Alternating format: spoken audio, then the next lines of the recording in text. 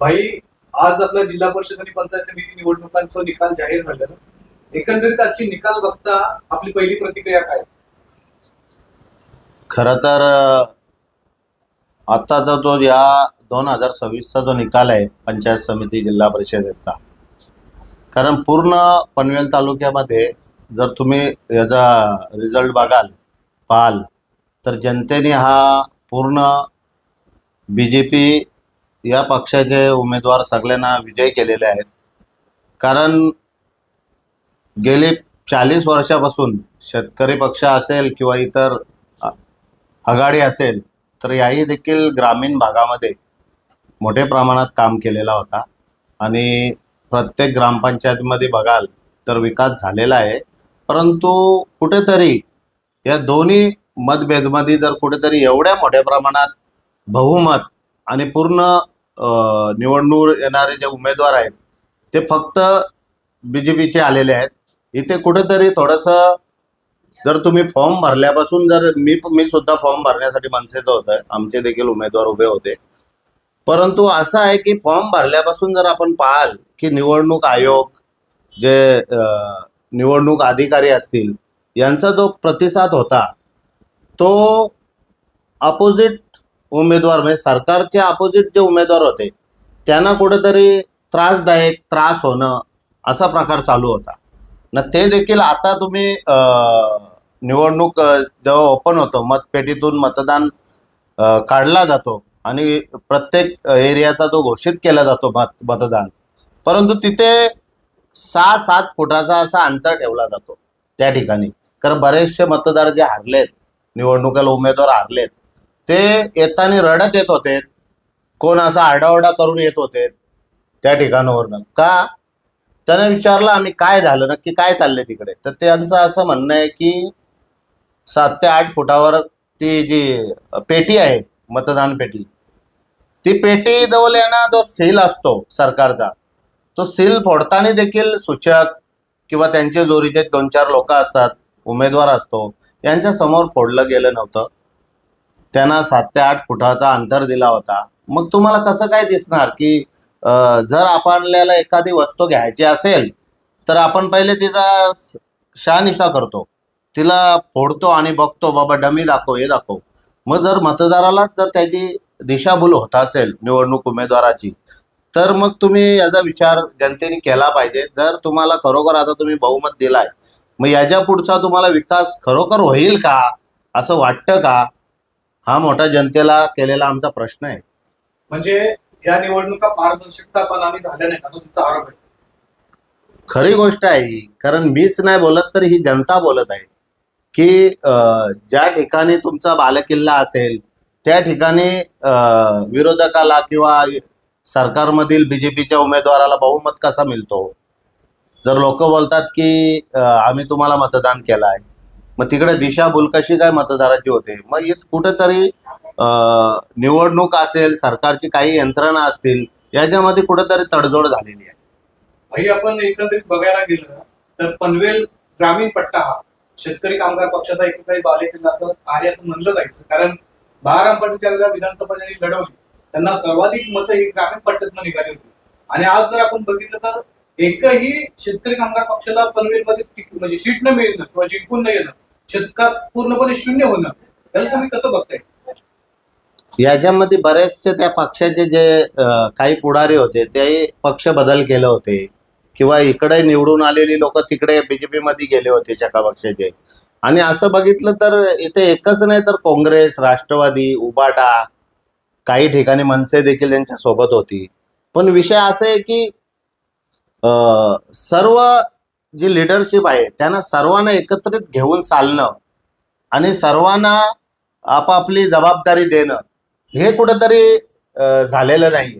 त्याच्यामुळं मतदारांचा आणि नेत्यांचा आणि उमेदवारांचा असा संवाद झालेला दिसून येत नाही. शेतकरी आणि जी महाविकास आघाडी होती यावेळेला मनसे त्यांच्यासोबत कुठेतरी दिसली नाही, त्यांचा फटका त्यांना बसलाय. मनसे दिसली नाही, पण काही ठिकाणी आम्ही सांगितलं होतं की ज्या ठिकाणी आपला उमेदवार उभा नाही त्या ठिकाणी तुमचा जो जवळचा तुम्हाला वाटतो उमेदवार त्याला तुम्ही सहकार्य करा. का तर निवडून आल्यानंतर तो तुम्हाला सहकार्य करेल, तुमचं कामं करू शकतो, तुमचा विकास करू शकतो असा उमेदवार तुम्ही स्वतः त्याला चूज करा आणि त्याच्यावर तुम्ही लक्ष घाला असं आम्ही त्यांना सांगितलं होतं. पण ज्या ठिकाणी आमचा अधिकृत मनसे पक्षाचे उमेदवार होते त्या ठिकाणी आता बघा तुम्ही या निवडणुकीमध्ये धनशक्ती ही मोठ्या प्रमाणात वाटली जाते, परंतु खरोखर संविधान जो आहे जे डॉक्टर बाबासाहेब आंबेडकर यांनी आपल्याला जे संविधान दिलेलं आहे, लोकशाही दिलेली आहे, त्या हेतूने मतदान होत नाही का? कुठेतरी हे पैसे वाटणं, कधीतरी निवडणूक अशी लढली गेली पाहिजे की बिना पैसे वाटता, बिना लोकांना काय देता मतदार कसा काय घरातून मतपेटीपर्यंत पोहोचतोय हे देखील चित्र आपल्याला कधीतरी बघायला भेटेल का? असं चित्र जर बघायला भेटलं ना तर खरोखर आपण बोलतो की संविधान आणि लोकशाही जिवंत आहे हे आपल्याला बघायला भेटेल. या निवडणुकांमध्ये धनशक्तीचा वापर झाला असं मला वाटतं. 100% हा मतदार राजा तुम्हाला सांगेल. आणि तुम्ही संपादक आहात अमोल कोलेकर पाटील AKP, तर तुम्ही देखील बहुसंख्येने फिरकी घेत होता. त्या फिरकीतून तुम्हाला जाणवले असेल की मतदार आणि निवडणुकीला उभे राहिलेला उमेदवार याच्यामध्ये जो संवाद किंवा जी मतदारांची धावपळ आणि कुठेतरी धनशक्तीचा मोठ्या प्रमाणात उपयोग झालेला आहे. आता तुम्ही बघाल, मला कोणीतरी सांगत होता की स्वतः आपले पनवेलचे आमदार प्रशांतदा ठाकूर हे देखील वाऊंजामध्ये एक दिवस अगोदर म्हणजे मतदानाच्या एक दिवस अगोदर रात्री तिकडेच बसले होते आणि त्याच्या दुसरे दिवस देखील पूर्ण दिवस त्याही वाऊंजामध्ये घालवला आहे.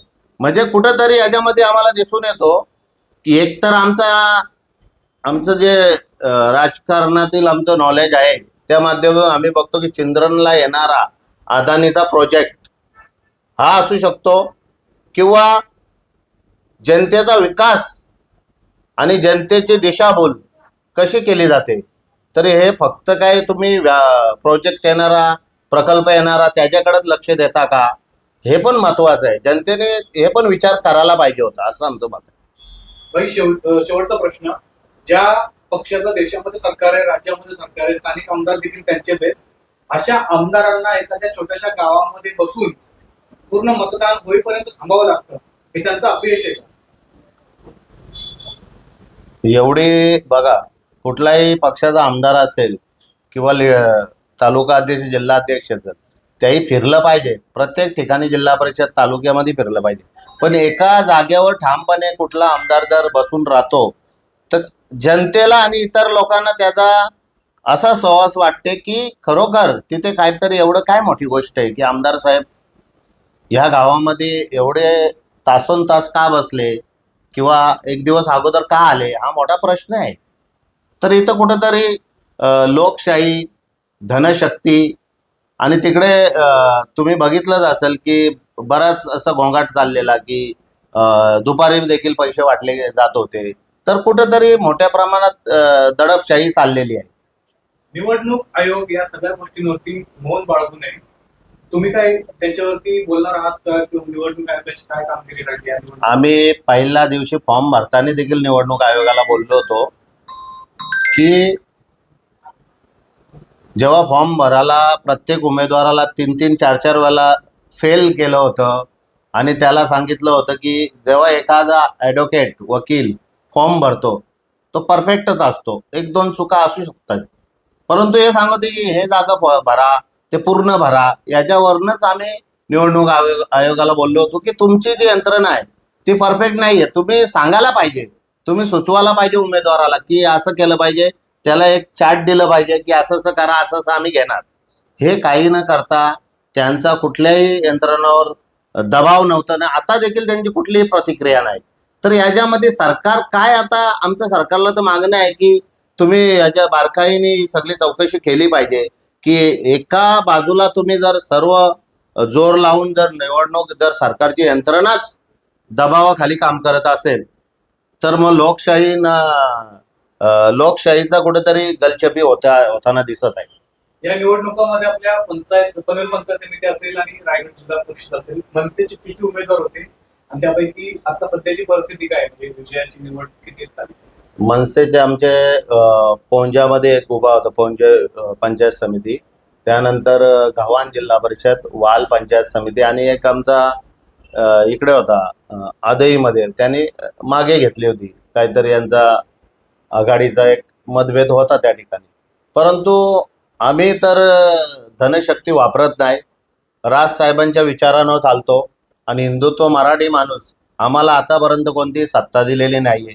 परंतु मनसेकडे जर तुम्ही कुठल्याही एक नजरेने जर बघाल जनता, तर खरोखर पाऊल टाकून तिकडे एक विश्वास टाकला पाहिजे. कारण तुम्ही शेतकरी पक्षाला गेली 50 वर्षापासून निवडून आणता, BJPला आता निवडून आणत आहात, तर मनसेकडे पण आमची जनतेला विनंती आहे की एक एक लक्ष तुम्ही घाललं पाहिजे. कारण तुम्हाला जो यो सगळा विकास आहे, कुठंतरी जो बोलतो ना आपण की विकास करताना कुठेतरी खड्डे असतात, कुठेतरी गटर दुर्ल अर्धवट ठेवून जातात, पाणी पुरवठा अर्धवट ठेवून गेलाय. ज्या जनजीवन योजना आहेत, अशा भरपूर ज्या योजना किंवा जिल्हा परिषदच्या वरचा जो निधी आहे हा कुठे गेलाय, कुठे वापरला जातो, काय ठिकाणी याचं काय झालं, आतापर्यंत कोणतंही गाववाला किंवा स्थानिक मतदार, मला नाही वाटत की त्यांनी चौकशी केली आणि तो विचारायला गेलाय. त्या जिल्हा परिषद आणि पंचायत समिती सदस्याला देखील त्यांनी प्रश्न विचारला नाही आजपर्यंत. म्हणून कदाचित असू शकतो की फेरबदल होणं, मतदाराला वाटले असेल की आता बरेच वर्षापासून हे लोक आहेत, बदल करूया, असं पण होऊ शकतो. कार्यकर्त्यांना काय आव्हान करतात, काय संदेश देतात?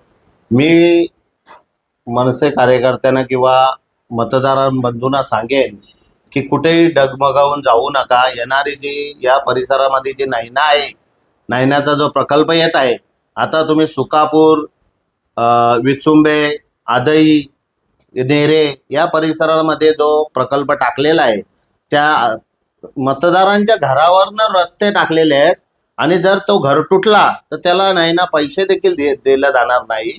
तर हा पण तुम्ही विचार केला पाहिजे. कुठंतरी तुम्ही निवडून देता उमेदवार, पण ते निवडून आलेले उमेदवार या सगळ्या गोष्टींकडे लक्ष देतील का? तुमची घरं वाचवतील का? तुमचा जो आता येणारा नैनाचा जो काही विकास आहे, त्यांचे टेंडर दिलेत, तर त्या टेंडरच्या माध्यमातून हा ग्रामीण भागातील नागरिक आणि गाववाला किंवा जनतेचा घरं, त्यांचे म्हणजे बोलतो शाळा वगैरे या वाचवल्या जातील का? तर आम्ही तर सदैव मराठी माणूस, हिंदू माणसाच्या सोबत आहोत, परंतु तुम्ही ज्यांना निवडून दिलेत ते तुमच्या पाठीशी उभे राहणार आहेत का? हा पण आमचा मोठा प्रश्न आहे.